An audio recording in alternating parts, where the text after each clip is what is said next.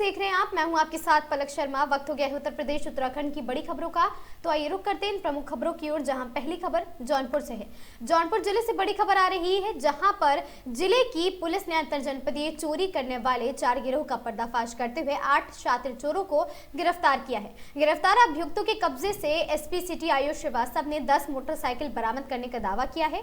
आपको बता दें कि 28 नवंबर को प्रिंस पांडे पुत्र वीरेंद्र पांडे निवासी नयनपुर की 2 बाइक चोरी हुई थी, जिसके बाद वे 4 नवंबर को, आपको बता दें कि 4 नवंबर को गौरा बादशाहपुर थाने में इसकी शिकायत दर्ज कराई गई थी, जिसके बाद पुलिस ने सभी थानों पर विशेष चेकिंग अभियान शुरू कर दिया। इसी क्रम में पुलिस ने चेकिंग के दौरान एक संदिग्ध मोटरसाइकिल सवार युवक को रोका और उससे कड़ाई से पूछताछ की, तो उसके पास से चोरी की बाइकें निकली हैं, जिसके बाद से पुलिस ने मंगलवार कुरेथा चौराहे के पास 8 चोरी की गिरफ्तार कर उनकी निशानदेही पर अलग अलग क्षेत्रों से मोटरसाइकिल बरामद की है।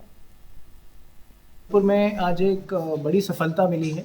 मैं आपको बताना चाहूँगा कि थाना क्षेत्र गौरा बादशाहपुर में पिछले कुछ दिनों 2 बाइकें चोरी हुई थी, जिन पे सुसंगत धाराओं में मुकदमा पंजीकृत हुआ था 204/25 और 277/25। उसी को देखते हुए हमारी जांच भी चल रही थी कि कैसे हम बाइकों को बरामद या रिकवर कर पाएँ। उन 2 बाइक को रिकवर करते हुए हमने एक ऐसे गैंग को बस्ट किया है जिनके पास से हमें 10 बाइकें मिली, जिनमें वो 2 बाइकें भी थी। मैं बताना चाहूँगा ये 10 बाइकों में से 4 बाइक की पुष्टि की जा चुकी है। 2 गौरा बादशाहपुर से चोरी हुई, जैसे मैंने बताया, एक सराय ख्वाजा, जिसमें सराय ख्वाजा में मुकदमा भी पंजीकृत हुआ है, और एक खानपुर गाजीपुर की है, जहाँ पे खानपुर थाना क्षेत्र में मुकदमा पंजीकृत हुआ है। बाकी 6 बाइकें जो बरामद हुई हैं, उनके जो वाहन के ओनर हैं अभी तक वो आइडेंटिफाई हुए हैं, बट उनका फ़ोन नंबर नहीं मिल पाए हैं। तो फ़ोन नंबर मिलते ही हम उन तक ये बाइक सौंपेंगे और ये लोकल थाने पे इंश्योर करेंगे। अगर ये FIR वहाँ पे पंजीकृत हुई होगी तो थाना स्तर को वह प्रोवाइड करेंगे। और मैं इसमें बताना चाहूँगा कि ये किस तरीके से चोरी करते थे? देखिए, ये चोरी करने का सिंपल तरीका, इनका मोडस ऑपरेंडी होता था। यह जगहों पे अपनी टीम बना के घूमते थे और देखते थे कि कहाँ अंधेरे में कोई बाइक खड़ी हुई है, और देखते थे किस बाइक पे लॉक नहीं लगा हुआ। जिस पे बाइक पे लॉक नहीं था वो उसको उठा के ले जाते थे। और इनके पास से 10 बाइक हैं, जैसे मैंने बताया। 10 बाइक में 4 सुपर स्प्लेंडर हैं, 4 स्प्लेंडर प्लस हैं, 1 super Splendor, 2 Pulsar, 1 Apache, 1 HF deluxe और 1 स्प्लेंडर आई स्मार्ट। और टोटल 8 व्यक्ति हैं। 8 व्यक्तियों ने बाइकें इस्तेमाल कर रहे थे और कुछ बाइकें छुपाई हुई थी। बाइकों के नंबर प्लेट चेंज किए हुए थे और इनका मकसद था ये नंबर प्लेट चेंज करके ये सस्ती बाइक बेच के पैसों का इस्तेमाल करते। अभी ये प्लानिंग में थे कि ये बाइकें इकट्ठी करके बेच दें। अभी ये बाइकें नहीं बेची गई थी, तो ये काफ़ी बड़ी एक तरह से हमारी उपलब्धि है। बाइकें पुलिस कैसे पहुंची इन आरोपियों के पास? देखिए, ये क्योंकि जो बाइक चोरी होती है ये बड़ा ही ब्लाइंड केस होता है, तो हम मैनुअली इस पे काम कर रहे थे। तो कुछ मुखबिर और कुछ हमारी भी लोग थे, जो हमारी क्राइम टीम भी लगी हुई थी। तो मुखबिर की सूचना पे हमने पुष्टि कराई और 2 दिन तक फॉलो किया, तब एक बाइक आइडेंटिफाई हुई और उस बाइक से हम 10 बाइकों तक पहुंचे। इस शहर में बेचते थे या शहर के बाहर ले जाके बाइक? देखिए, अभी इनके द्वारा ये बताया नहीं गया ये कहाँ बेचने की फिराक में थे। इनके द्वारा बस ये कहा गया कि हम ज़्यादा बाइक होने पे इसको सस्ती बेच देते थे। इसका ये एग्जाम्पल भी दे रहे थे। जैसे एक एग्जाम्पल ये था कि जैसे बाइक काफ़ी महंगी बेचनी होती थी 40,000, तो ये कहते थे कि 20,000 अभी मुझे दे दो और 20,000 तब देना जब मैं कागज़ दे दूँ। तो ये 20,000 में ही बाइक फिर दे आते थे। ऐसे करके ये सर जौनपुर से ही बाइकें चोरी की, अन्य जनपदों से भी? ये जैसे मैंने बताया कि 2 बाइकें गौरा बादशाहपुर की, 1 बाइक सराय ख्वाजा की, 1 बाइक गाजीपुर खानपुर थाना क्षेत्र की, बाकी 6 बाइकों में 1 बाइक बस्ती की, 1 बाइक वाराणसी की और 1 राजस्थान की भी बाइक नजर आ रही है। हम पुष्टि करेंगे क्या वो राजस्थान की है कि नहीं, बाकी जौनपुर की है। इससे पूर्व इनमें से एक व्यक्ति है जिन पे पहले एक मुकदमा है और वह एक मारपीट का मुकदमा है। तो पहले इनके ऊपर बाइक चोरी का मुकदमा नहीं है, तो काफ़ी इनिशियल स्टेज पे ही ये पकड़ा गया है। तो काफ़ी अच्छी ये उपलब्धि है जौनपुर पुलिस। और कहीं बेचे हैं ये तक बाइक? समय से सक्रिय है। देखिए, ये सभी के सभी जौनपुर के ही हैं। ये मैं पुष्टि करना चाहता हूँ, ये सभी के सभी या तो जलालपुर थाना क्षेत्र गौरा बादशाहपुर के या फिर किराकत के, और एक इसमें जफराबाद का है। लेकिन जिन्होंने बाइक चोरी करी है वो बाहर की भी बाइक चोरी करी है।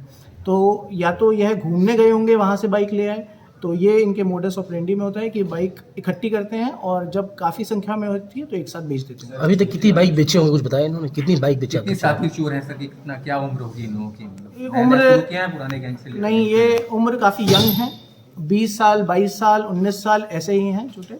और अभी मैंने बताया इनके ऊपर मुकदमे तो ज़्यादा नहीं हैं, सिर्फ 1 या 2 व्यक्ति पे सामान्य मुकदमे हैं।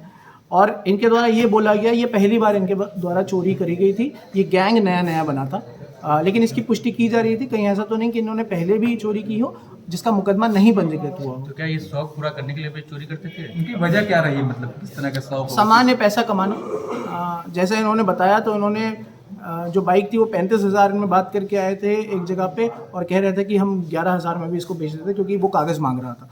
तो सामान्य इनकी पैसे की जो लालच है इसी में इनके द्वारा ये बाइक चोरी की। इसमें से कोई पढ़ाई लिखाई भी करते हैं क्या? हाँ, कोई पढ़ाई लिखाई भी करते हैं इसमें? मैंने यही बताया 4 लोगों को संपर्क हुआ है और 2 गौरा बादशाहपुर के, 1 सराय ख्वाजा का और 1 गाजीपुर का। 6 बाइक अभी संपर्क नहीं इस्टेब्लिश कर पाए, तभी मैंने बोला ये 6 बाइकें जब हम संपर्क करेंगे तब हमें पता चलेगा ये किन लोगों की बाइक है। 1 बाइक राजस्थान की प्रतीत हो रही है, 1 बस्ती और 1 वाराणसी की। अगर राजस्थान की सत्य में है तो मतलब ये राजस्थान से भी बाइक लाए हुए हैं, तो काफ़ी बड़ा अपराध होगा वो, या हो सकता है किसी ने इनको बेची हो, ये भी हमें देखना पड़ेगा। क्या ये लोग पढ़ते लिखते थे? पढ़ते में स्टूडेंट हैं क्या? नहीं, ये छोटे मोटे काम नौकरी करते थे, पढ़ने खबर संभल से है, जहां आज माननीय मंत्री पर्यटन एवं संस्कृति विभाग उत्तर प्रदेश श्री जयवीर सिंह जी का संभल भ्रमण कार्यक्रम हुआ। आपको बता दें, माननीय मंत्री जी श्री कल्की धाम विकास खंड असमोली में पर्यटन एवं संस्कृति विभाग द्वारा जनपद में कराए जा रहे विकास कार्यों का शिलान्यास लोकार्पण कार्यक्रम में मुख्य अतिथि के रूप में सम्मिलित रहे तथा श्री कल्की धाम में अत्यंत विभूषित रामानंदाचार्य तुलसी पीठाधीश्वर पद्म विभूषण परम पूज्य राम भद्राचार्य महाराज के मुखारविंद से विश्व की प्रथम श्री कल्की कथा 1 दिसंबर से 7 दिसंबर 2025 तक में सम्मिलित हुई। सर्वप्रथम मुख्य अतिथि माननीय मंत्री द्वारा श्री कल्की धाम के पंडाल में पर्यटन एवं संस्कृति विभाग द्वारा जनपद में कराए जा रहे विकास कार्यों एवं विजन डॉक्यूमेंट से संबंधित प्रदर्शनी का लोकार्पण किया एवं उसका अवलोकन भी किया गया। और साथ ही जिलाधिकारी डॉक्टर राजेंद्र पैसे ने कार्यक्रम के अंतर्गत अपने संबोधन में कहा कि पर्यटन एवं संस्कृति विभाग के माध्यम से लगभग 100 करोड़ रुपए से अधिक की परियोजनाएं जनपद में स्वीकृत होने के लिए शासन में है और साथ ही तथा तीर्थ एवं कूपों पर विकास के कार्य कराए जा रहे हैं। उन्होंने कहा कि संभल कोई सामान्य नगरी नहीं है, संभल भविष्य के अवतार की भूमि है और ऐसे में मान्यता है कि कल की अवतार संभल में होगा। ऐसा उल्लेख पुराणों में ब्रिटिश कालीन गजेटियर आदि में भी होता है। उन्होंने कहा कि संभल में कुल 87 देव तीर्थ हैं, जिनमें से 85 देव तीर्थ को प्रशासन और साथ ही पुलिस विभाग की टीम द्वारा अतिक्रमण हटाकर सुव्यवस्थित कर दिया गया है। विकास के कार्यों के मार्ग खुल गए हैं। भाजपा जिलाध्यक्ष श्री कल्की धाम पीठाधीश्वर आचार्य प्रेमेंद्र कृष्णम ने कहा कि श्री कल्की धाम में देश के कोने कोने से संतों की पावन उपस्थिति हो रही है। भगवान श्री कल्की नारायण का अवतार इस धरती पर होगा और पुराणों में उल्लेखित है भगवान श्री राम कल्की के रूप में यहाँ आएंगे।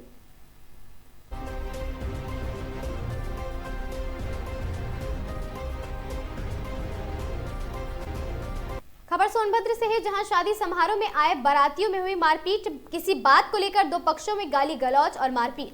विवाद के बाद बारात में मचा अफरा तफरी। आपको बता दें कि पूर्व चेयरमैन नगर पंचायत रेणुकूट आनंद सिंह और साथ ही पूर्व चेयरमैन निशा सिंह की बेटी के बीच शादी समारोह के बीच हुआ विवाद। निशा सिंह के पिता की पति की हत्या के आरोप में जेल गए थे अनिल सिंह। आपको बता दें, घटना की सूचना मिलने पर पुलिस मौके पर पहुंची और दोनों नेताओं को कोतवाली ले आई है। पुलिस ने दोनों पक्षों के कई लोगों के खिलाफ दर्ज की एफआईआर। रेणुकूट के बताए जा रहे दोनों पक्ष के मुखिया दोनों के बीच रही है पुरानी अदावत और साथ ही पुलिस ने शांति भंग के आरोप में गिरफ्तार अभय सिंह और अनिल सिंह का किया चालान। रेणुकूट से मुसही आई थी बारात। आपको बता दें, रॉबर्ट्सगंज कोतवाली क्षेत्र के मुसही गांव आई थी बारात। रेणुकूट के पूर्व चेयरमैन निशा सिंह के पुत्र पर फूटा सिर।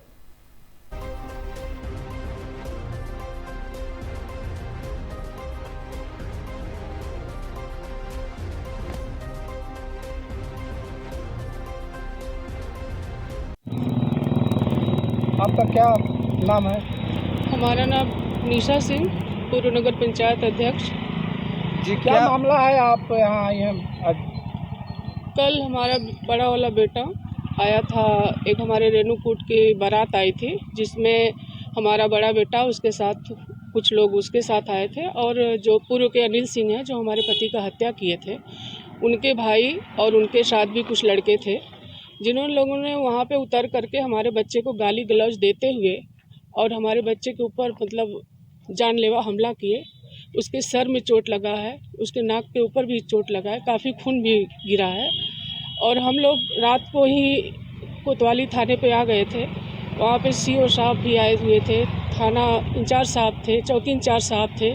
सभी लोगों को हम लोगों ने सूचित किया। और हमको बहुत बड़ी पीड़ा यह है कि हमारी लोकल स्तर पे जो हमारे यहाँ जो पुलिस प्रशासन है वो हम लोगों की बात का ध्यान नहीं दे रहा है। हम लोग पहले से ही उन लोगों को सब कुछ पेपर दे करके अवगत करा रही हूँ कि कभी न कभी हमारे साथ फिर घटना घट सकती है। जैसे मेरे पति के ऊपर हत्या हुआ, उसी तरीके से हमारे बच्चों के ऊपर भी हत्या हो सकती है। हमारा परिवार सुरक्षित नहीं है। जब हम लोग जाते हैं वहाँ पे तो हम लोगों को आश्वासन दिया जाता है कि आप लोग अपने तरीके से रहिए, शांति बना के रहिए, और कोर्ट में न्यायालय में जो चल रहा है प्रतिक्रिया उसके आधार पे आप लोग शांति बना के रहिए। हम लोग शांति बना करके ही हैं। हम लोग जज साहब से निवेदन करते हैं, वकील साहब लोगों से निवेदन करते हैं, SP साहब से निवेदन करते हैं, थाना चौकी सारी जगह घूम घूम करके हम लोग यही कह रहे हैं कि हम लोग सुरक्षित नहीं हैं, हम लोग की तो सुरक्षा दिया जाए, नहीं तो न्यायालय में जो मेरी प्रतिक्रिया चल रही है उसको ख़त्म किया जाए, ताकि जो ये इस तरीके का घटना घटा है दोबारा इस तरीके का घटना न घटाया जाए। लेकिन एक जो हत्यारा है अब वो चाह रहा है कि बारी बारी करके हमारे बच्चों को भी उसमें लिप्त करना चाह रहा है, हमारे बच्चों का भविष्य खत्म करना चाह रहा है, क्योंकि हमारे पति का भी साया छीना हम लोगों के ऊपर से अब हमारे बच्चों के पीछे पड़ा है। हमारा परिवार भी सुरक्षित नहीं, न तो हम सुरक्षित अपने आप को महसूस कर रही हूँ। प्रशासन द्वारा अभी कोई कार्रवाई नहीं की? प्रशासन द्वारा अभी दोनों पक्ष पे 151 का कार्रवाई हुआ है। उसी कार्रवाई के दौरान हम SP साहब से अपनी बात कहना चाह रहे थे, तो SP साहब को जो भी हमारे लोकल के प्रशासन ने समझाया हो वो संतुष्टजनक हमसे बात नहीं किए, इसलिए हमको बहुत दुख है, बहुत पीड़ा है। मैं इस पीड़ा को बयां नहीं कर पा रही हूँ। मैं तो ये कहना चाह रही हूँ कि माननीय योगी आदित्यनाथ जी जिस तरीके से अपराधियों को अपराध मुक्त करने का काम कर रहे हैं, वैसे हमारे रेणुकूट में जो अपराध हुआ है, एक लोकतंत्र का हत्या हुआ है, उस हत्या को अपने संज्ञान में लेते हुए हमारे बच्चों को हमको सुरक्षित रखें। क्या प्रशासन आपको हटा दिया गया है? क्या हमारे यहाँ से सुरक्षा भी हटा दी गई। जब मैं चुनाव हारी उसी समय हमारे घर से सुरक्षा भी हटा दी गई। तब से हम लोग सुरक्षा के मांग बार बार कर रहे हैं, थाने पे, चौकी पे। जब हम कोर्ट आते हैं तब भी मांग करते हैं। यहाँ पे वर्तमान में जो अभी कप्तान साहब हैं उनसे भी हम लोग ने मांग कर लिया है, उससे पहले भी मांग कर लिया। आज तक हमको सुरक्षा मुहैया नहीं कराया। कितना बार घटना हो चुकी है? घटना हमारे छोटे बच्चे के ऊपर भी इन लोगों ने छठ घाट के उपरांत किया था। आज हमारे बड़े बेटा के ऊपर भी कल का हमला हो गया है। इसी चुर्क पर एक बारात आई हुई थी, चुर्क थाने के सामने, चौकी के सामने हुआ है। सुरक्षा ना रहने पर ही खतरा का जो है जी, हम तो सुरक्षा बार बार मांग रहे हैं कि जो भी हो सरकार के निगरानी में हो, सरकारी सुरक्षा रहेगी तो हम भी सुरक्षित रहेंगे, और सरकार के पास भी हमारा सुरक्षा का जो कुछ होगा, घटना घटित होगा, उनके संज्ञान में जाता रहेगा। प्रशासन भी संतुष्ट रहेगी। अब प्रशासन से क्या मदद मांग रहे हैं? प्रशासन से मैं यही मदद मांग रही हूँ कि हमारे परिवार के ऊपर जिस तरीके से हमला किया जा रहा है उस हमला को रोका जाए, हमको न्याय मिले। जिस तरीके से हमारे पति का हत्या किया गया है उस तरीके से हमारे बच्चों का हत्या न किया जाए, क्योंकि हम लोग कहीं के नहीं होंगे। पुलिस अधीक्षक ने क्या आश्वासन दिया? हमारे ऊपर पुलिस अधीक्षक महोदय ने कोई आश्वासन नहीं दिया है। उन्होंने अपने मतलब उसमें बोला है, अब जिस तरीके से नहीं हम कह पाएंगे, क्योंकि उनका मतलब कल के केस से वो संतुष्ट नहीं है। उनका कहना है सीधे सीधे कि दोनों पक्ष को मैं उस तरीके से लूँगा संज्ञान में कि दोनों पक्ष कभी मार नहीं करेंगे।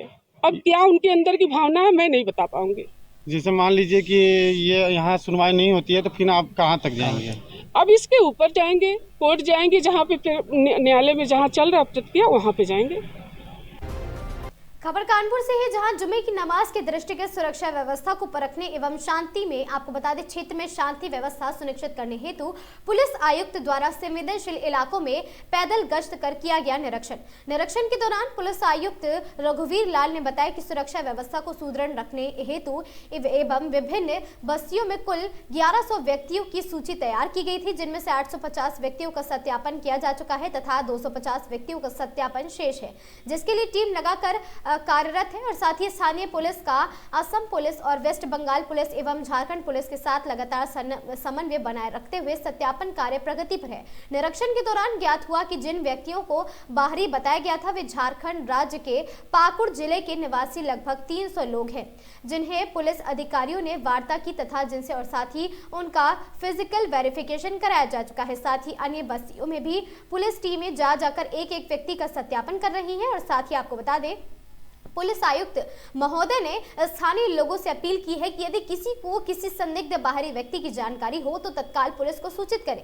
6 दिसंबर के मद्देनजर सुरक्षा को और भी अधिक सुदृढ़ किया गया और साथ ही पेट्रोलिंग बढ़ा दी गई है। संवेदनशील एवं महत्वपूर्ण स्थानों पर पुलिस की सतत निगरानी रखी जा रही है, विशेष रूप से मुख्य शहर मेन सिटी के संवेदनशील इलाकों और साथ ही पुलिस गश्त और ड्यूटी बढ़ाई गई है। निरीक्षण के दौरान पुलिस आयुक्त महोदय के साथ पुलिस उपायुक्त सेंट्रल श्रवण कुमार भी मौजूद रहे।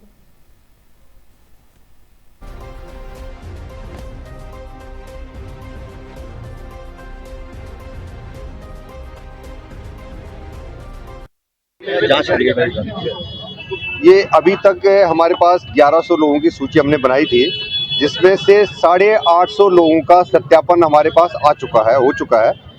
250 लोगों का सत्यापन होना अभी बाकी है, जिसमें हमने अपनी टीमें भेजी हैं।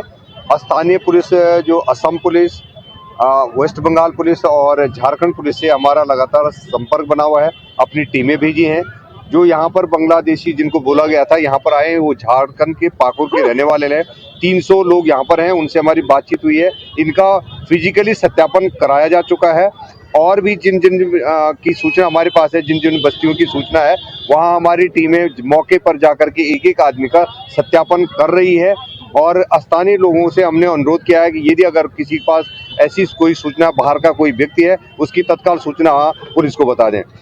6 दिसंबर के मद्देनजर पुलिस की सक्रियता को बढ़ा दिया गया है, फूड पेट्रोलिंग को बढ़ा दिया गया है और जो संवेदनशील और महत्वपूर्ण स्थान है उन पे सतत दृष्टि रखी गई है और हमारी पुलिस गश्त को बढ़ा दिया गया है। कुछ क्षेत्रों को चिन्हित किया गया है, कुछ एरिया हैं जो संवेदनशील इलाके हैं, उन क्षेत्रों में लगातार हमारी पुलिस, खास करके जो मेन सिटी का इलाका है, उनमें हमने अपनी पुलिस पेट्रोलिंग और गश्त को बढ़ा दिया है।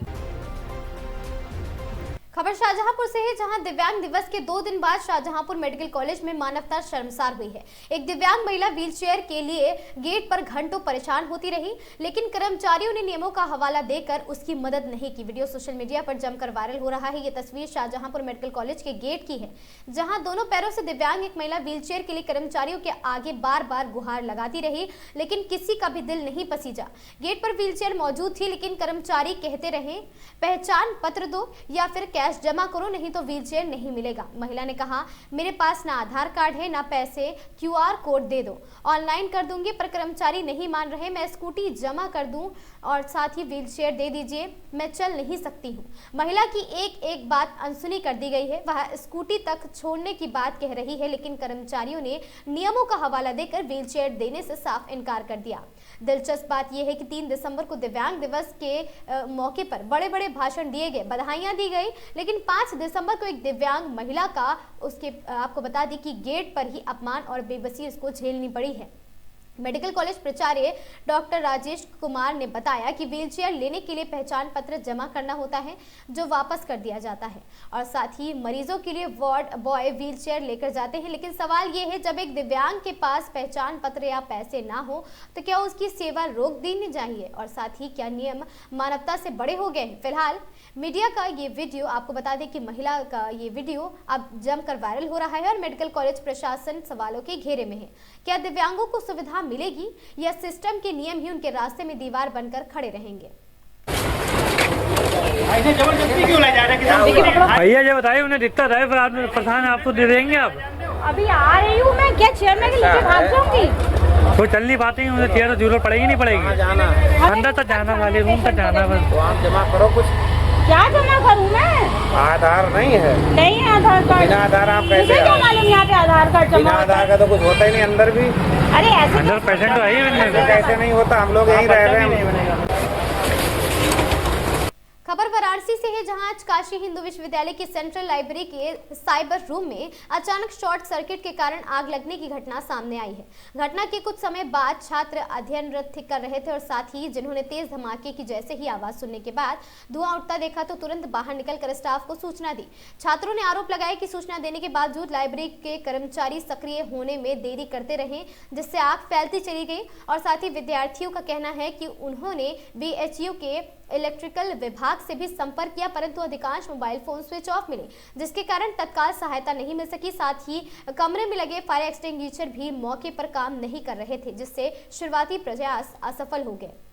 और साथ ही आपको बता दें, छात्रों का यह भी आरोप है कि दमकल विभाग को घटनास्थल पर पहुंचने में भी देरी हुई है। छात्रों का कहना है यदि कोई छात्र अंदर फंस जाता तो उसकी दुर्दशा का अनुमान लगाना कठिन है। उन्होंने इसे सुरक्षा व्यवस्थाओं की गंभीर कमी बताया है। एक वरिष्ठ विश्वविद्यालय अधिकारी ने नाम न छापने की शर्त पर बताया कि आग में लाखों रुपए मूल्य के UPS सिस्टम, बैटरियां और अन्य इलेक्ट्रॉनिक उपकरण पूरी तरह जलकर नष्ट हो गए हैं। नुकसान का प्रारंभिक आकलन जारी है और साथ ही हालांकि किसी प्रकार की हानि नहीं हुई है, यह राहत की बात है। आग पर पूरी तरह काबू पा लिया गया है और प्रभावित क्षेत्र को सुरक्षित कर दिया गया है। विश्वविद्यालय प्रशासन ने घटना के कारणों की जांच प्रारंभ कर दी है तथा सुरक्षा उपकरणों की स्थिति की तत्काल समीक्षा के आदेश भी दिए हैं। संबंधित विभागों को आवश्यक सुधारात्मक कदम उठाने के निर्देश दिए गए हैं।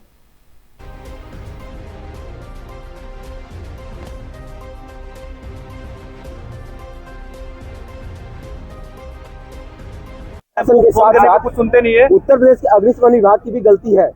यहाँ पर इनकी ट्रेनिंग ब्रीफिंग सही से नहीं की जाती है, जिसके वजह से ये लोग जो है आग लगने के बाद जब यहाँ पे गाड़ी पहुंच भी गई है, उसके बाद आधे घंटे तक लोगों को पता तक नहीं है कि हम बता साइबर लाइब्रेरी BHU में आग लग चुकी थी। और यहाँ पर जब अग्निशमन की गाड़ी पहुंची, वो भी 1 घंटे के बाद, उसके बाद भी ये लोग, उनके पहुंचने के बाद भी ये लोग आग बुझाने के लिए आग पर पानी नहीं पहुंचा पा रहे, क्योंकि इन्हें पता नहीं कि पाइप कैसे हम पहुंचाएंगे। सबसे बड़ी बात जब यहाँ वो ऑटोमेटिक नहीं है कि पकड़े खींच करके लगा दिया जाए, रस्सी से बंधा हुआ है, न कोई अधिकारी उसे खींच रहा है न खोल रहा है। उसको मफलर यहाँ था, लेकिन मफलर देखिए जा रहा था, इसके पास उसका वीडियो है, वो लोग गमछे से मफलर से लोग ऊपर की ओर खींच रहे हैं, उसमें उनका मफलर उनसे छूट जा रहा है, नीचे गिर जा रहा है, पाइप उनसे ऊपर नहीं खींची जा रही है। इनकी कैसी ब्रीफिंग हो रही है। साथ ही यहाँ पर जो BHU प्रशासन में जो BHU प्रोक्योरमेंट बोर्ड के जितने भी हमारे गार्ड साहब लोग हैं, इन लोगों की जो है एक बार भी मुझे नहीं लगता कि आग बुझाने की कोई ट्रेनिंग दी गई होगी। अगर आपके पास अग्निशमन यंत्र है यहाँ पर, तो उसे चलाना कौन सिखाएगा? यहाँ पर प्रॉक्टर बोर्ड भी पूर्ण रूप से इसका जिम्मेदार होगा। नहीं, इसके साथ एक और चीज करेंगे, क्योंकि यहाँ पे इतना बड़ा यूनिवर्सिटी है, इसके अलावा इतना बड़ा साइबर लाइब्रेरी, इतना बड़ा कंट्रोल रूम है, तो इसके लिए सबसे पहले यहाँ पे ये सब व्यवस्था होना चाहिए कि कभी शायद कहीं लग जाए। हालांकि आज तो ठंडे का मौसम है, तो हो सकता है कि ज्यादा नहीं फैला, लेकिन गर्मी का मौसम होता तो शायद आज पूरा लाइब्रेरी जल जाता। तो इसको ध्यान में रखना चाहिए प्रशासन को। इसके अलावा सबको पता है कि यहाँ का प्रशासन कितना ढीला है, तो इस पे कार्रवाई करने की जरूरत है। बार बार जब दिक्कत होता है, कुछ लड़के हैं उसके लिए प्रोटेस्ट करते हैं, बार बार आप देखते होंगे, लेकिन सारे लड़के पढ़ने में बिजी हैं, सब ध्यान नहीं देते हैं। लेकिन 10 का आवाज कहाँ तक पहुंचेगा, ये प्रशासन को समझना चाहिए कि ठीक है 10 का इशू है, सबका इशू है, सब नहीं आ पा रहे क्योंकि पढ़ने बिजी है, इस चीज को प्रशासन को लेना चाहिए। इसके अलावा सबसे बड़ी बात है, सबने कहा कि कितना जब यहाँ जी, मेरा नाम राहुल कुमार है और मैं इसी काशी हिंदू विश्वविद्यालय के स्नातक का विद्यार्थी हूँ। और सर, आग लगने के बाद हम लोग वहीं अंदर में ही थे। आग लगने जैसे ही आग लगी बैटरी में, उसके लगभग आधा पौन घंटे के बाद जो है वो ये फायर ब्रिगेड की गाड़ी आई। और इससे पहले जो है वो फ़ोन किया जा रहा था जहाँ से बिजली सप्लाई होती है, उनका मोबाइल स्विच ऑफ बताया जा रहा है। यहाँ के कर्मचारी जब फ़ोन कर रहे हैं तो कह रहे हैं कि उनका मोबाइल स्विच ऑफ है। तो फिर पता नहीं फिर ये लोग वहाँ पे फिजिकली रूप से गए या फिर किसी तरीके से फिर लाइट को वो बंद किया गया।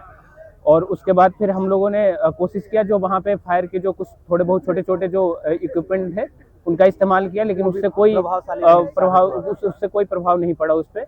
तो फिर हम लोगों ने फिर अपनी जान बचा करके फिर हम लोग बाहर आ गए। उसके बाद लगभग आधा पौन घंटे बाद ये गाड़ी आई और हम लोगों का सर मोबाइल और जो बैग है, किताब है, कॉपी है, वो सब अंदर ही पड़ी हुई है। और जो है वो जो भी यहाँ पे चीज़ें घटना हो रही है, इसका पूरा का पूरा जिम्मेदार जो है सब विश्वविद्यालय प्रशासन है, इनकी गैर जिम्मेदारी है। एक तो यहाँ से छात्र संघ अध्यक्ष को हटा दिया गया है और छात्र से कोई संवाद ही नहीं होता है प्रशासन का। जब भी आप संवाद करने के लिए जाएंगे तो आपके ऊपर लाठी चलाया जाएगा, डंडे मारे जाएंगे और भगा दिया जाएगा। आपकी बात को सुनने वाले है ही नहीं, कोई नहीं है। यहाँ से लाइब्रेरियन से लेकर के BHU के VC तक का कोई नहीं हम लोगों की बात सुनती है।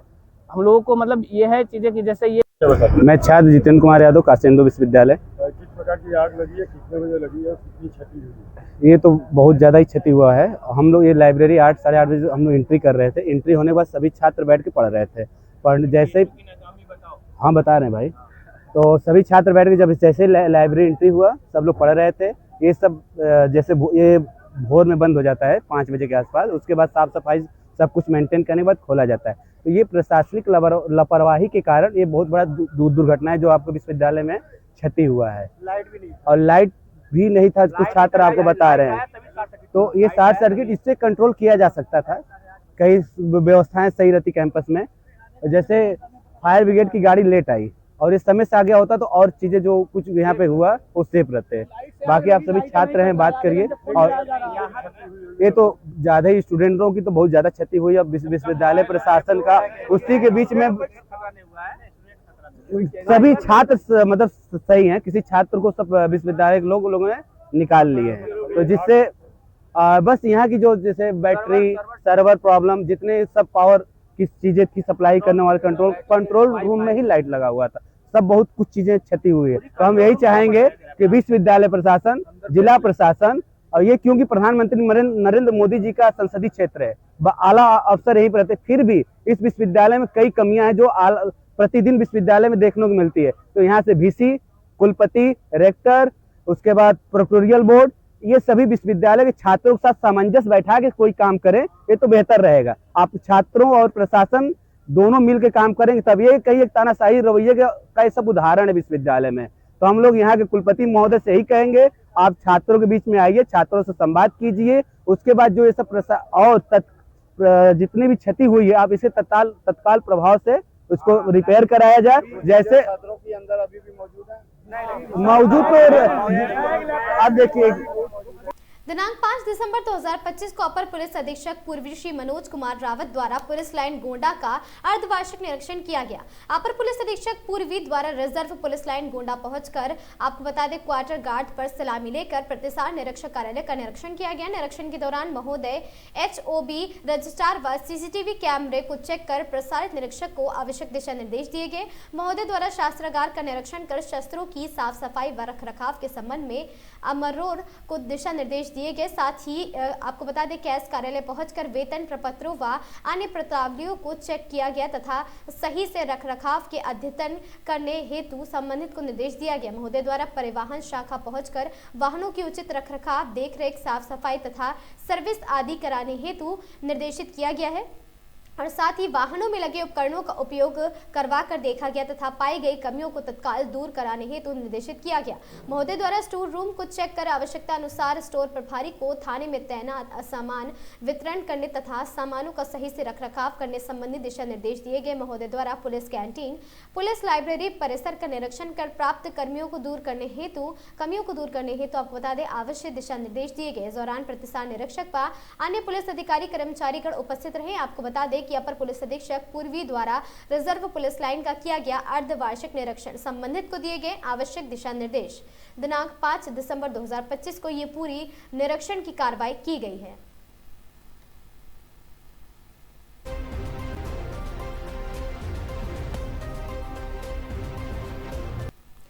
खबर सीतापुर से है, जहां पुलिस अधीक्षक अंकुर अग्रवाल द्वारा नागरिक जन सामान्य द्वारा दिए गए शिकायती प्रार्थना पत्रों का तुरंत संज्ञान लेते हुए आवश्यक विधिक कार्रवाई करने हेतु निर्देशित किया गया। आपको बता दें उक्त निर्देश के अनुपालन के क्रम में अपर पुलिस अधीक्षक उत्तरी आलोक सिंह के निकट पर्यवेक्षण व सहायक पुलिस आयुक्त क्षेत्र अधिकारी नगर विनायक गोपाल भोसले के नेतृत्व में थाना मलिहा, आपको बता दें महिला थाना अध्यक्ष मधु यादव व पुलिस टीम द्वारा दिनांक थाना स्थानीय पर 112 द्वारा एक अज्ञात वृद्ध महिला को थाने पर लाया गया जो कि मानसिक रूप से विक्षिप्त थी, जिसका त्वरित संज्ञान लेते हुए वृद्ध महिला से पूछताछ की गई। काफी मशक्कत के बाद महिला ने अपना नाम राम बेटी तथा पेपरोला कांठ बताया। थाना कांठ से संपर्क कर वृद्ध महिला के गांव के बारे में जानकारी ली गई तो थाने के माध्यम से ही वृद्ध महिला के परिजनों से संपर्क किया गया तो उन्होंने वृद्ध महिला राम बेटी के घर से ही कहीं चले जाने के बारे में बताया।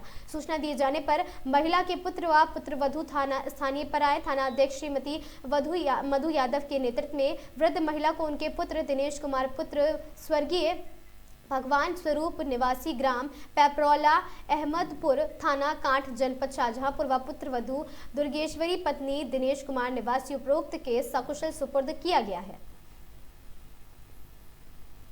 श्री भगवान स्वरूप। और माता जी का क्या नाम है? राम बेटी। कहाँ से आए हैं आप लोग?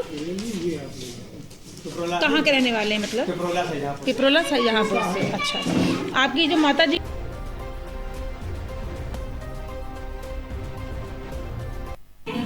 क्या नाम है आपका?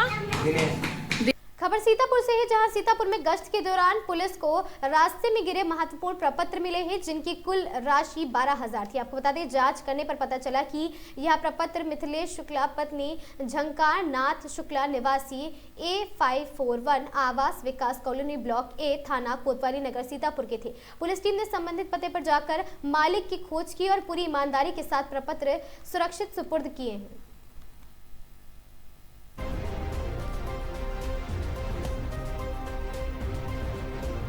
खबर शाहजहांपुर से है, जहां उत्तर प्रदेश सरकारी सस्ता गल्ला विक्रेता परिषद ने शासन से लाभांश बढ़ाने और साथ ही मिनिमम इनकम गारंटी लागू किए जाने की मांग तेज कर दी है। परिषद ने मुख्यमंत्री योगी आदित्यनाथ को संबोधित एक ज्ञापन जिला पूर्ति अधिकारी के माध्यम से सौंपा है। उत्तर प्रदेश के कोटेदार ने अपनी आर्थिक स्थिति सुधारने को लेकर सरकार से बड़ा कदम उठाने की मांग की है। परिषद के प्रतिनिधियों ने कहा कि राज्य में कोटेदार को मात्र 90 रुपए प्रति क्विंटल लाभांश मिलता है, जबकि हरियाणा, केरल, गोवा और दिल्ली जैसे राज्यों में यह लाभांश 200 रुपए तक दिया जाता है। वहीं गुजरात में 20,000 रुपए की न्यूनतम आय गारंटी भी लागू है। कोटेदारों ने बताया कि कोविड-19 काल में उन्होंने अपनी जान जोखिम में डालकर प्रधानमंत्री गरीब कल्याण अन्न योजना और राष्ट्रीय खाद्य सुरक्षा अधिनियम के तहत निःशुल्क वितरण पूरी निष्ठा से किया है। इन सेवाओं की वजह से केंद्र सरकार ने उत्तर प्रदेश की सराहना करते हुए प्रशस्ति पत्र भी दिया था। और साथ ही साथ परिषद ने यह भी कहा कि कोटेदार राशन वितरण के साथ साथ सरकार के कई काम आयुष्मान कार्ड, किसान पंजीकरण, वोटर लिस्ट सुधार और अन्य योजनाओं में भी सहयोग करते हैं। इसके बावजूद उनकी आर्थिक स्थिति कमजोर बनी हुई है। कोटेदार ने चेतावनी दी है कि यदि सरकार ने मांगों पर विचार नहीं किया तो वे 28 जनवरी 2026 से अनिश्चितकालीन धरना प्रदर्शन और विधानसभा घेराव करेंगे। इसके लिए जिम्मेदार शासन और प्रशासन ही होगा। फिलहाल आपको बता दें कि फिलहाल कोटेदारों की यह बड़ी मांग सरकार के फैसलों का इंतजार कर रही है। देखना ये होगा क्या अल्प लाभांश और आय सुरक्षा का मुद्दा शासन का ध्यान खींच पाता है या नहीं।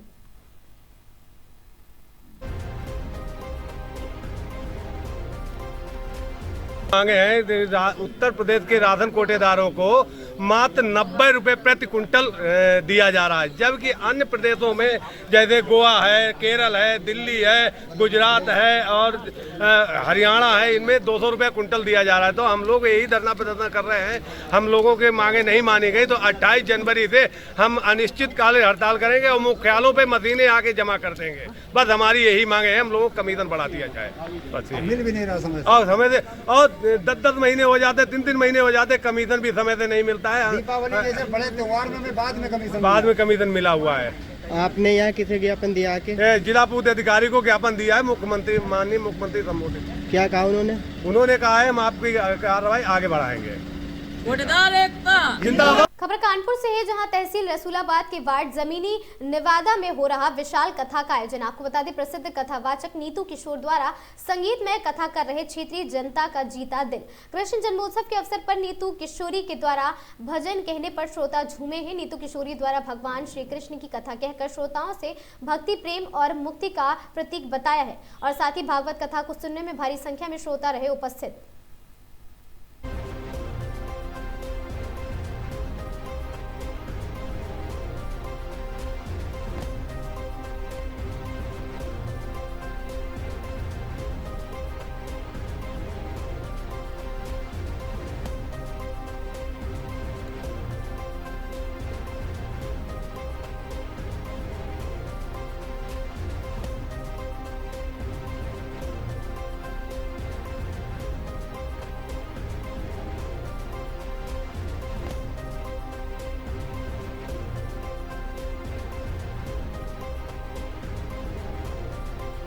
खबर बिजनौर से है, जहां जनपद बिजनौर में धामपुर शुगर मिल के यूनिट हेड उपाध्यक्ष निष्काम गुप्ता के नेतृत्व में सामाजिक दायित्व के निर्वहन के अंतर्गत आज रानीबाग पुलिस चौकी के पास सड़क सुरक्षा अभियान के तहत कैंप लगाकर बाइक चालकों को हेलमेट वितरित किए गए हैं। कैंप का उद्घाटन अपर पुलिस अधीक्षक अमित किशोर श्रीवास्तव के द्वारा फीता काटकर किया गया। कैंप में मुरादाबाद धामपुर मार्ग पर चलने वाले 2 पहिया वाहनों के चालकों में जिनके पास हेलमेट नहीं थे उनको निःशुल्क हेलमेट एसपी पूर्वी द्वारा पहनाकर भेजा गया। इस अवसर पर उपस्थित जन समूह को बिना हेलमेट पहने बाइक चलाने पर होने वाले खतरों के बारे में बताया गया। पुलिस क्षेत्र अधिकारी धामपुर अभय कुमार पांडे द्वारा सभी पत्रकारों एवं 2 पहिया वाहन चालकों को हेलमेट निःशुल्क रूप में वितरित किए गए। पुलिस क्षेत्र अधिकारी द्वारा एक गोष्ठी भी आयोजित की गई है।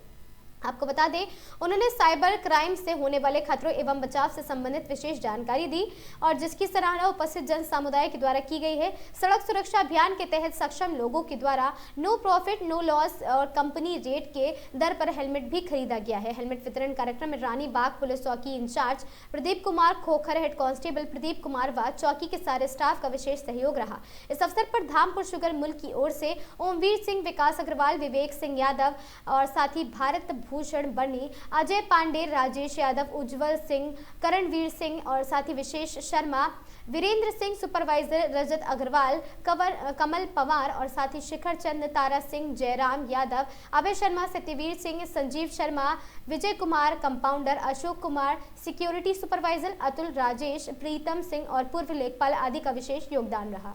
इसी कड़ी में हमने CSR के अंतर्गत हेलमेट वितरण का कार्यक्रम किया है। इसके अंतर्गत हमने आज 500 हेलमेट का वितरण करने का लक्ष्य रखा था और हमें बताते हुए अपार हर्ष हो रहा है कि सुबह से अब तक हमने 475 हेलमेट का वितरण अब तक कर दिया है। और इसके प्रति हमारा संदेश दे रहे हैं कि अगर आप सुरक्षित हो तो आपका परिवार सुरक्षित है। और हम लोगों को कहना चाहते हैं कि सड़क पर सुरक्षा अभियान जो चल रहा है, आपका अपने समाज के प्रति, परिवार के प्रति बहुत बड़ा दायित्व है और सभी को हमें कानून का पालन करना चाहिए। इसी के तहत हमने ये मुहिम चलाई है। इसके अलावा हमने अपने ट्रांसपोर्टर वर्कर्स के लिए भी एक आई कैंप का आयोजन किया था, जिससे कि उन्हें हमने आंखों का चेकअप कराया था कि अगर उनका रोशनी सही है, उसमें हमने फ्री चश्मे भी दिए थे, तो वो भी सेफ्टी का एक पर्याय था। तो CSR के तहत हम बीच में इस तरह की सभी योजनाएं चलाते रहते हैं और इसमें हमें आपका, मीडिया का, सभी लोगों का सहयोग रहता है। उसी के अंतर्गत हमने कार्य किया है। धामपुर शुगर मिल द्वारा तो हेलमेट वितरण किया जा रहा है। ये हम लोग का पहले से ही प्रोग्राम था और यातायात माह के दौरान वितरण किया जाना था, पर हमारी परिस्थितियों का थोड़ा सा विलम्ब हुआ।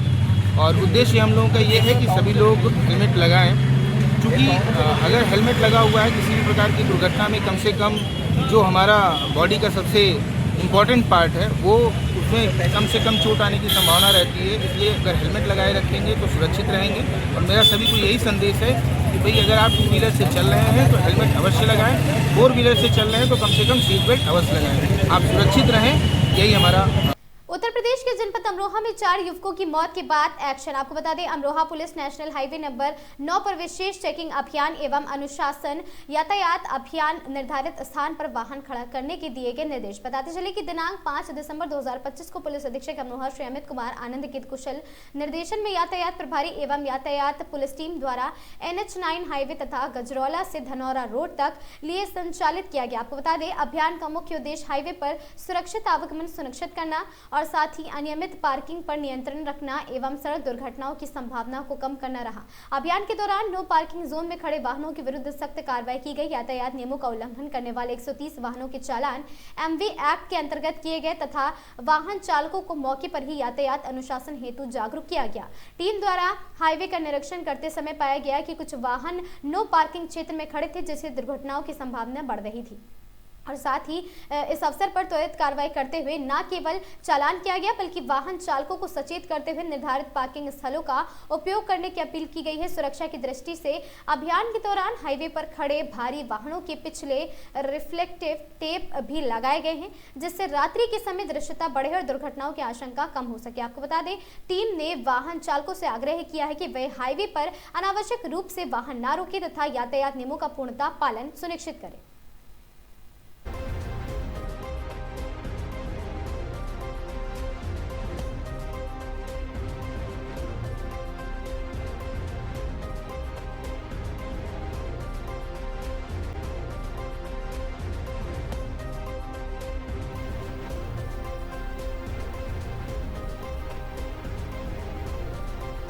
महोबा में जिला विधिक सेवा प्राधिकरण की ओर से 13 दिसंबर को आयोजित होने वाले राष्ट्रीय लोक अदालत के लिए प्रचार अभियान का शुभारंभ किया गया। इस अवसर पर जिला जज एवं जिला विधिक सेवा प्राधिकरण के अध्यक्ष राम नगीना यादव ने प्रचार वाहन को हरी झंडी दिखाकर रवाना किया।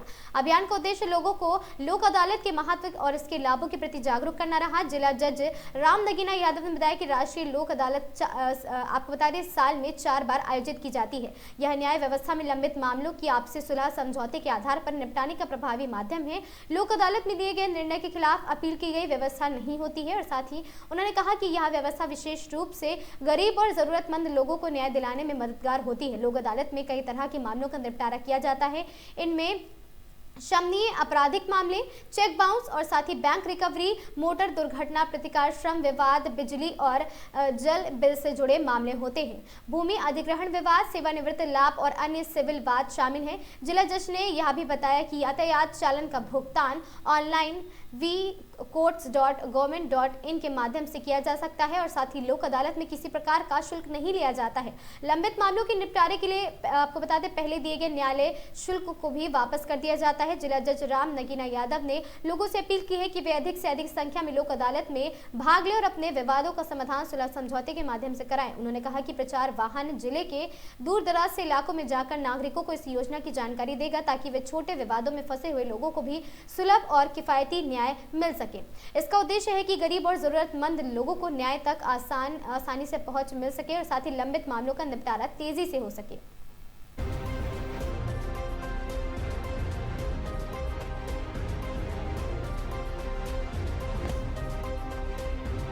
इस लोक अदालत में जो 13 दिसंबर को लग रही है, इसमें सिविल, फौजदारी, राजस्व, चकबंदी और अन्य प्रकार के सभी तरह के मामले जो शमनीय हैं, सुलह के आधार पर हो सकते हैं, उनको ज़्यादा से ज़्यादा संख्या में मुकदमों का निपटारा करके जो भी गरीब, पीड़ित, ज़रूरतमंद लोग हैं उनको सस्ता और सुलभ न्याय दिलाने की हम लोग कोशिश कर रहे हैं, प्रयास कर रहे हैं।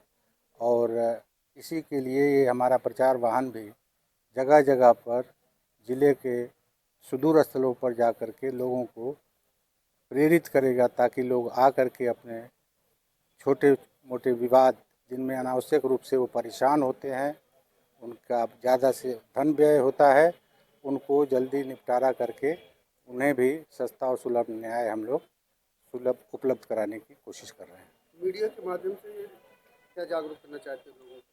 मीडिया के माध्यम से हम ये कहना चाहते हैं कि जो हम लोगों का ये मिशन है जो चल रहा है, इसको आप लोग भी ज़्यादा से ज़्यादा इसका प्रचार प्रसार करें ताकि सभी लोगों को समय से जानकारी मिल सके कि उनका इस तरह का मुकदमा यहाँ निपटारा सुलह समझौते से हो सकता है, ताकि वो ज़्यादा से ज़्यादा आएँ और ज़्यादा हम लोग उस लक्ष्य को प्राप्त कर सकें।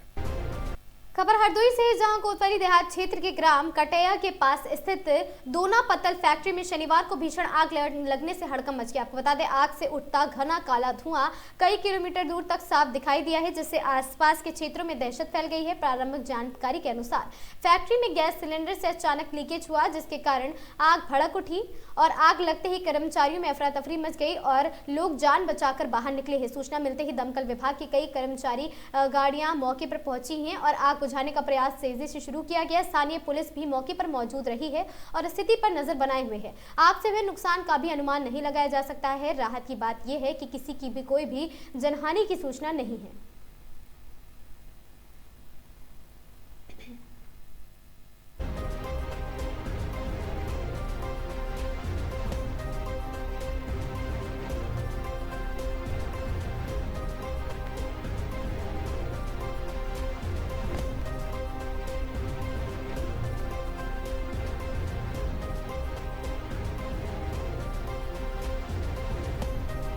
लखनऊ चुंगी चौराहे पर ड्यूटी के दौरान एक गंभीर हादसा होते होते टल गया। आपको बता दें मंडी चौकी incharge Basu Kumar Singh traffic control कर रहे थे, तभी बिलग्राम रोड से आ रहे एक तेज रफ्तार ट्रक ने पीछे से जोरदार टक्कर मार दी। हादसा सीसीटीवी कैमरे में कैद हो गया है। आपको बता दें गनीमत रही कि चौकी इंचार्ज बाल बच गए हैं, अन्यथा बड़ा हादसा हो सकता था। सूचना मिलते ही पुलिस मौके पर पहुंची और ट्रक को कब्जे में लेते हुए मामले में अग्रिम कार्रवाई शुरू कर दी गई है। सोशल मीडिया प्लेटफॉर्म पर थाना कोतवाली शहर से संबंधित वायरल खबर के संबंध में अवगत कराना है कि दिनांक 2 दिसंबर 2025 को मंडी चौकी इंचार्ज उप निरीक्षक वासु कुमार द्वारा लखनऊ चुंगी पर ड्यूटी की जा रही थी। तभी बिलग्राम रोड की तरफ से आ रहे एक ट्रक से हल्की सी साइड लग गई, जिसमें किसी भी पुलिसकर्मी को कोई चोट नहीं आई। ट्रक चालक द्वारा तत्समय ही अपनी गलती को स्वीकार कर ली गई, जिसके पश्चात स्थानीय पुलिस द्वारा ट्रक चालक को सावधानीपूर्वक चलाने की हिदायत देते हुए उसको अपने गंतव्य स्थान के लिए रवाना किया। लोहाघाट पिथौरागढ़ राष्ट्रीय राजमार्ग पर 4 दिसंबर देर रात लगभग 2:30 बजे के आसपास चंपावत जिले के बालातड़ी गांव से शादी की रस्म पूरी कर शेराघाट की ओर से आ रहे बारातियों से भरा चंपावत जिले के बागधारा के पास 200 मीटर गहरी खाई में जा गिरा, जिसमें 5 लोगों की मौके पर ही दर्दनाक मौत हो गई थी तथा 5 लोग घायल हो गए थे। आज शुक्रवार को एडीएम चंपावत कृष्णा नाथ गोस्वामी ने बताया कि दुर्घटना में 5 लोगों की मौत हो गई है तथा 5 लोग घायल हुए। उन्होंने बताया कि दुर्घटना में मारे गए सभी 5 मृतकों के शवों का आपको बता दें आज शुक्रवार को सुबह पोस्टमार्टम कर शवों को परिजनों को सौंप दिया गया है तथा प्रशासन के द्वारा शवों को उनके घर तक पहुंचाने के लिए वाहन व्यवस्था भी की गई है। और आपको बता दें वाहन में राजस्व कर्मी भेजे गए हैं। एडीएम ने बताया कि दुर्घटना में मारे गए सभी 5 लोगों के परिजनों को प्रशासन के द्वारा 2-2 लाख रुपए की राहत राशि का चेक दिया गया है तथा घायलों को मेडिकल रिपोर्ट आने के बाद उन्हें भी राहत राशि दी जाएगी। और साथ ही एडीएम गोस्वामी ने बताया दुर्घटना की मजिस्ट्रेट जांच के आदेश कर दिए गए हैं तथा दुर्घटना के कारणों की जांच की जा रही है। दुर्घटना में घायल सभी 5 लोगों का उपचार किया जा रहा है। वहीं इस दुखद हादसे में मुख्यमंत्री पुष्कर सिंह धामी के द्वारा दुख जताते हुए अधिकारियों को घायलों का समुचित उपचार करने के निर्देश दिए गए तथा अधिकारियों से दुर्घटना की जानकारी ली है। दुर्घटना में दर्जा राज्य मंत्री श्याम नारायण पांडे ने गहरा दुख जताते हुए शोक संवेदना व्यक्त की है। उन्होंने कहा प्रशासन ने भविष्य में इस प्रकार की दुखद दुर्घटनाओं ना हो उसके लिए ध्यान रखना चाहिए। कहा कि मुख्यमंत्री के द्वारा इस दुखद घटना का मृतक के परिजनों को शोक संवेदना व्यक्त की है तथा दुर्घटना की जांच के आदेश दिए हैं। एसीपी चंपावत अजय गणपति के निर्देश पर पुलिस व फायर कर्मियों के द्वारा रेस्क्यू अभियान चलाया गया। इस दौरान SDM Champawat Anurag Arya, SDM Lohaghat Neetu Dhankar, CO Champawat Shivraj Singh और राणा जिला आपदा प्रबंधन अधिकारी देवेंद्र पटवाला और साथ ही आपको बता दें थाना अध्यक्ष लोहाघाट अशोक कुमार, एआरटीओ मनोज बगोरिया सहित कई अधिकारी व कर्मचारी मौजूद रहे। वहीं इस दुखद हादसे में मुख्यमंत्री प्रतिनिधि प्रकाश तिवारी, लोहाघाट विधायक खुलाश और साथ ही खुशहाल सिंह अधिकारी, पूर्व विधायक पूरन सिंह और साथ ही वहां पर भाजपा प्रदेश मंत्री निर्मल मेहरा और साथ ही कांग्रेस जिला अध्यक्ष चिराग फरत्याल और पालिका अध्यक्ष लोहाघाट गोविंद वर्मा, पूर्व जिला पंचायत उपाध्यक्ष ललित मोहन कुंवर और साथ ही ललित मोहन जोशी, पालिका अध्यक्ष चंपावत प्रेम पांडे सहित कई लोग वहां पर उन्होंने दुख जताया है।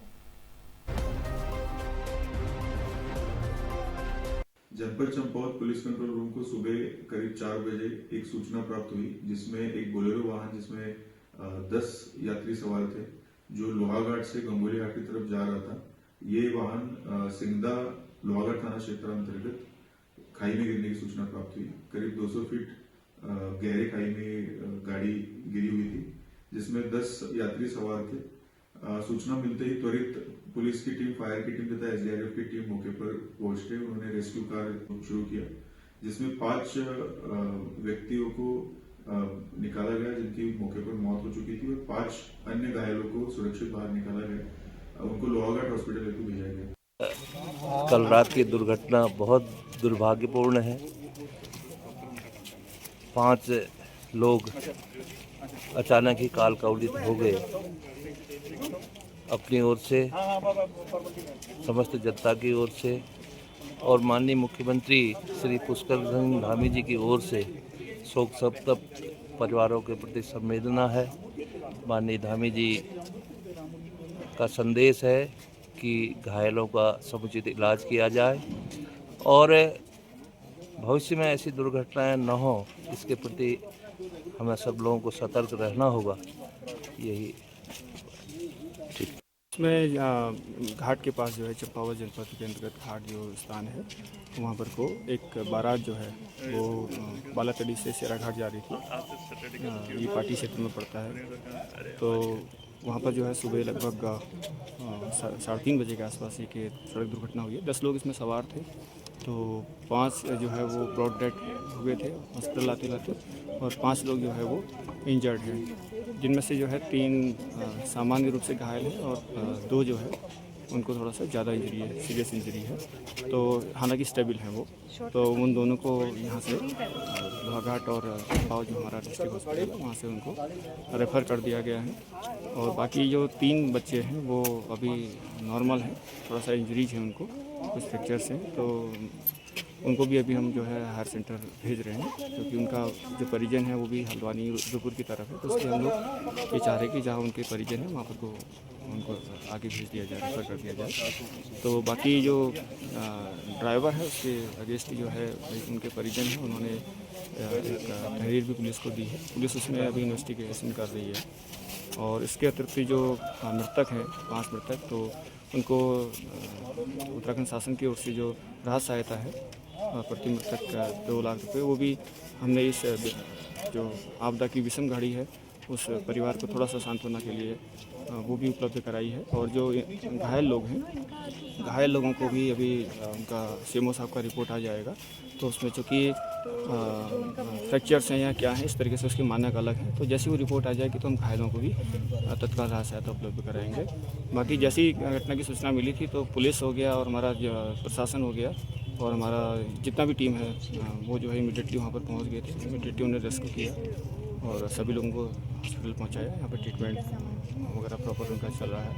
हाँ, पीएम वगैरह की जो कार्रवाई है वो भी पूर्ण कर ली गई है यहीं सब डिस्ट्रिक्ट हॉस्पिटल लोहाघाट की मोर्चरी में, और यहीं से जिला प्रशासन के द्वारा यहीं से सब चीज़ें हमने यहाँ पर पूरा वाहनों की व्यवस्था करी। और बाकी अपने जो यहाँ से तहसील के जो स्टाफ है वो भी उन परिजनों के साथ जो है उनके घर भेजे हुए हैं, ताकि एक सांत्वना के साथ जो है उनके परिजनों को उनको सपोर्ट किया जा सके। ठीक। रामनगर के पूछड़ी क्षेत्र में कोसी नदी किनारे वन भूमि पर बने करीब 170 घरों पर प्रशासन का शिकंजा कस गया। आपको बता दें, गुरुवार को प्रशासन ने मुनादी कर चेतावनी दी है कि यदि लोग स्वयं अपनी झोपड़ियां और मकान नहीं हटाते हैं तो बुलडोजर कार्रवाई की जाएगी। हालात ये हैं कि इलाके में तनाव और भय का माहौल है और पिछले करीब 20 वर्षों से रह रहे लोगों के आंखों में मायूसी और गुस्सा साफ देखा जा सकता है। ग्रामीणों ने बताया कि जैसे ही वन भूमि का मामला उठा, हजारों लोग दहशत में आ गए। बच्चों से लेकर बुजुर्ग तक सभी की नींदें उड़ गई हैं। बच्चे रात में डर कर उठ जाते हैं और घर गिर जाते हैं। और साथ ही आपको बता दें कि अपने हाथों से बनाए गए मकान उजड़ते देखना बहुत दर्दनाक है। ग्रामीणों का मुख्य मांग यही है कि उजड़ने से पहले उन्हें पुनर्वास की व्यवस्थाएं दी जाए, और साथ ही क्योंकि कुछ दिनों में मोहल्लत में नया आशियाना ढूंढ पाना असंभव है।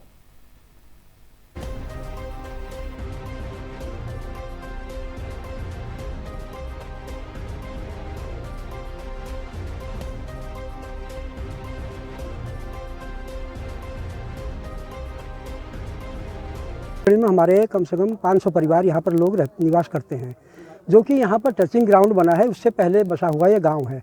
सन 1968 में यहाँ पर लोगों ने यहाँ पर अपना घर बना लिया थे, जो कि कुछ पहाड़ से लोग आए, कुछ प्लेन से लोग यहाँ पर आए, क्योंकि तब उत्तर प्रदेश में ये हुआ करता था। तो उत्तराखंड राज्य बनने से पहले बसा हुआ ये गांव है। ये टचिंग ग्राउंड तो बाद में बना, इसका तो हमने विरोध भी किया, बल्कि यहाँ के लोगों ने कहा कि हमारे आबादी के बीच में आप ये कचरा यहाँ पर मत डालिए नगर पालिका का। लेकिन ये डाला गया और नगर पालिका ने हमें लिख करके दिया कि आप जो है हम इस जो टचिंग ग्राउंड आपके बीच में बनाया जा रहा है, इसमें इसके चारों तरफ से हम 6 मीटर ऊंची दीवार बनाएंगे और हर सप्ताह जो है दवा का छिड़काव किया जाएगा, और जो मलबा यहाँ पर पड़ेगा, जो कचरा यहाँ पर आएगा शहर का, उसको हम बिल्कुल जेसीबी से उसको दबाएंगे।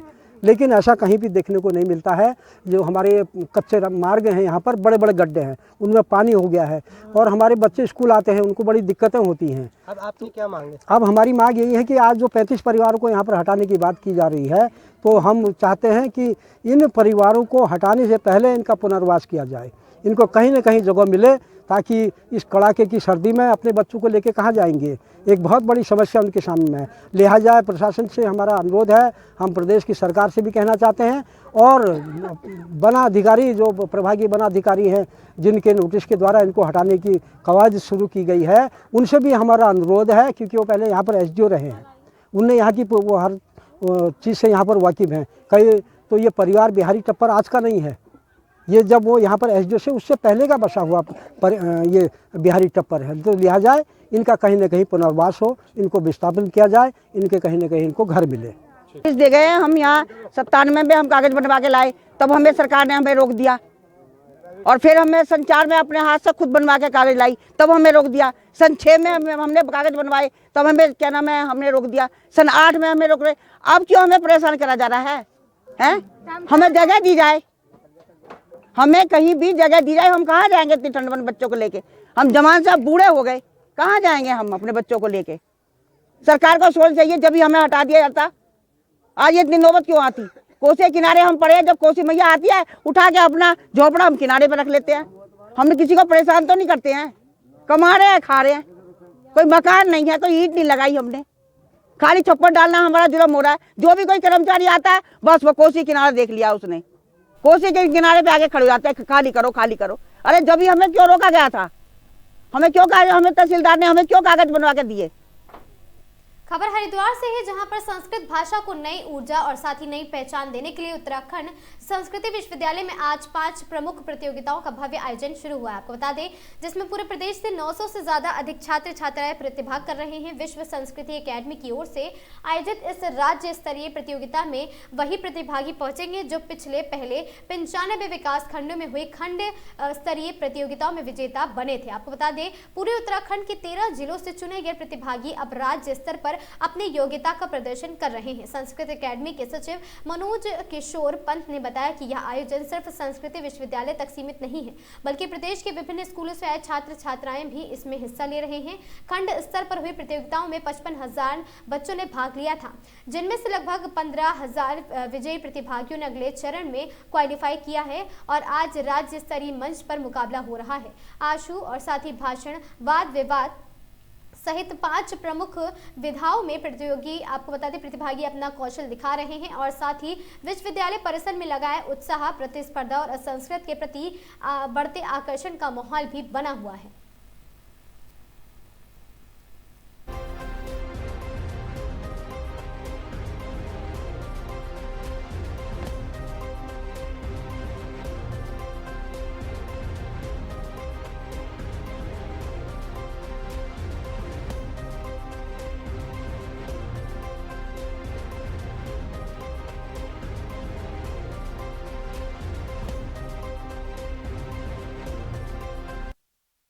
प्रतियोगिता चल लिया है, संस्कृत एकेडमी के द्वारा ये कराया जा रहा है प्रोग्राम। क्या प्रोग्राम है ये? प्रतियोगिता हमारी राज्य स्तरीय प्रतियोगिता है और 95 विकास खंडों से हमने जो प्रतियोगिता कराई थी वह सबसे पहले खंड स्तर पर होती है।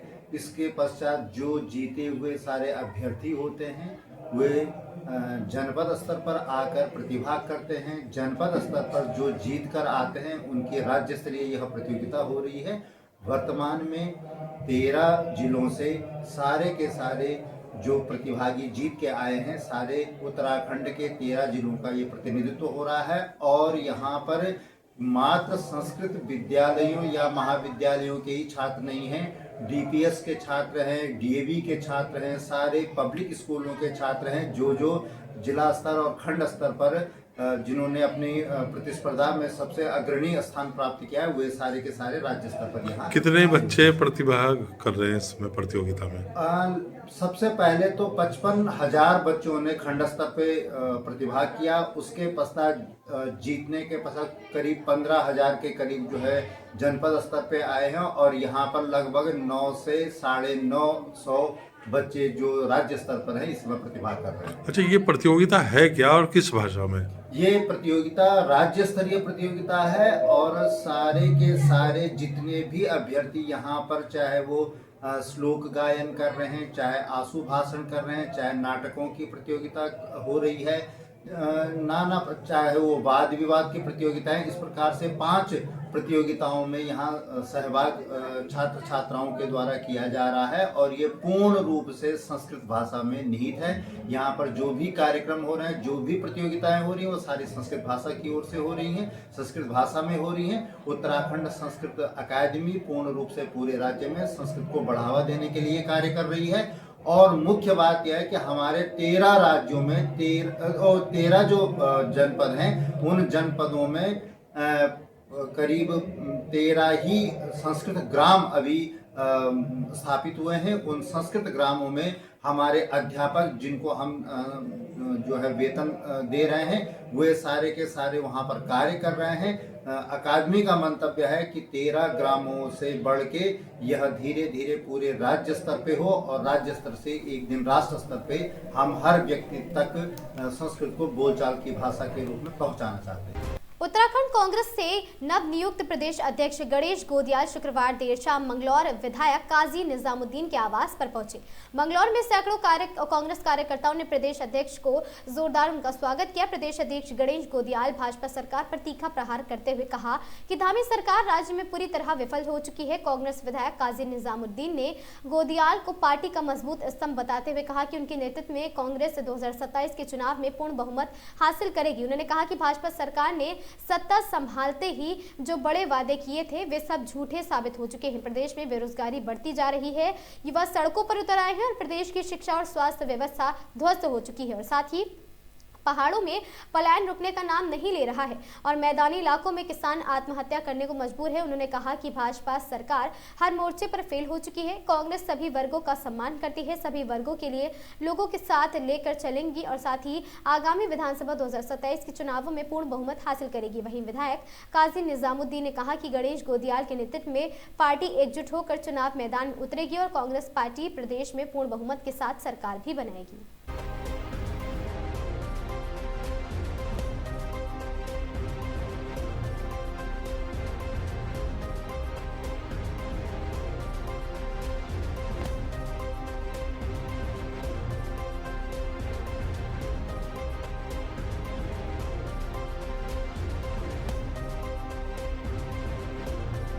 नियुक्त हमारे जिलाध्यक्ष विधायक जी फुरकान जी यहाँ पहली बार आज मंगलौर आए हैं। सभी यहाँ कार्यकर्ताओं ने, कार्यकारिणी ने कांग्रेस की और निवर्तमान जिलाध्यक्ष और मौजूदा विधायक वीरेंद्र जाति जी, सभी लोग यहाँ मौजूद हैं। सभी ने गर्मजोशी के साथ गणेश गोदियाल जी माननीय प्रदेश अध्यक्ष जी का स्वागत किया और प्रदेश अध्यक्ष जी के अध्यक्ष बनने के बाद, पदभार ग्रहण करने के बाद उत्तराखंड में एक जोश है कांग्रेस में और पूरी तरह कांग्रेस अपना विपक्ष की भूमिका अदा कर रही है। जहां कहीं भाजपा सरकार की जो कमियां हैं उनको हम उजागर करने का काम करेंगे और जनता के बीच में हम जाएंगे। एसआईआर पर अभी आप एक सवाल पूछ रहे थे, एक एक बूथ पर कांग्रेस पार्टी की पैनी निगाह बनी हुई है।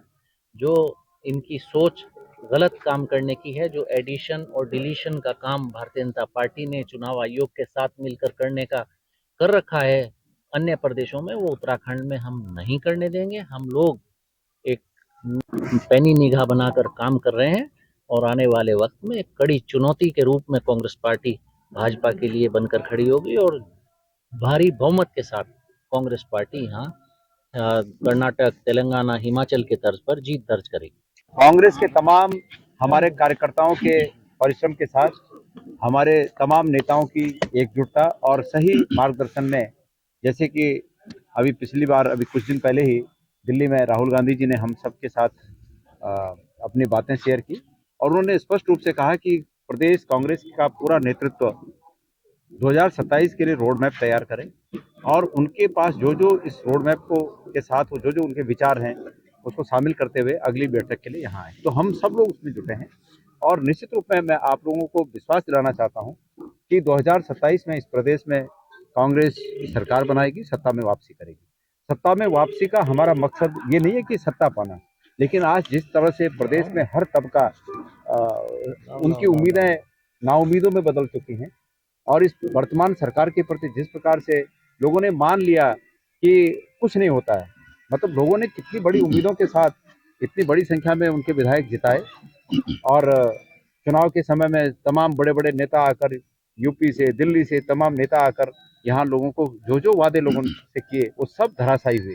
तो लोगों को ऐसा लगता है कि नाउम्मीदी जैसे माहौल में आज लोग जी रहे हैं। उस नाउम्मीदी को उम्मीद में बदलना हमारा काम है। हम इस टास्क को सब लोग साथ में लेकर आगे बढ़ रहे हैं और हम 2027 में सरकार वोट चोरी ऐसा है, ये अनफॉर्चुनेट है कि बिहार में ये जो एसआईआर हुआ उसके तत्काल बाद मौका नहीं मिला और तत्काल बाद इलेक्शन हो गए। लेकिन उत्तराखंड में हमारे पास ये मौका है कि हम फरवरी में होने वाले एसआईआर पर पैनी नज़र रखें खास करके हरिद्वार, उधम सिंह नगर, देहरादून जिलों में बहुत नज़र रखने की आवश्यकता है। हम उसके लिए बूथ स्तर पर तैयारी कर रहे हैं। आजकल हमारा यही काम पीसीसी में और एक अन्य जगह भी कहीं ये काम चल रहा है। हम उस पर नज़र रखे हुए हैं और प्रत्येक जगह बूथ स्तर पर हम टीम बनाकर इस वोट चोरी की जो बात है उसको रोकने की कोशिश करेंगे और हमें पूरा यकीन है कि हम उसको रोकेंगे। खबर मिर्जापुर से है, जहां मुख्यमंत्री केशव प्रसाद मौर्य पहुंचे मिर्जापुर। आपको बता दें कि पुलिस लाइन में हेलीकॉप्टर से पहुंचे केशव प्रसाद मौर्य और अष्टभुजा सर्किट हाउस में अधिकारियों से करेंगे बैठक। पार्टी विधायक, कार्यकर्ताओं, पदाधिकारियों के साथ बैठक करेंगे। 2 बजे के बाद करेंगे मां विंध्यवासिनी देवी के दर्शन।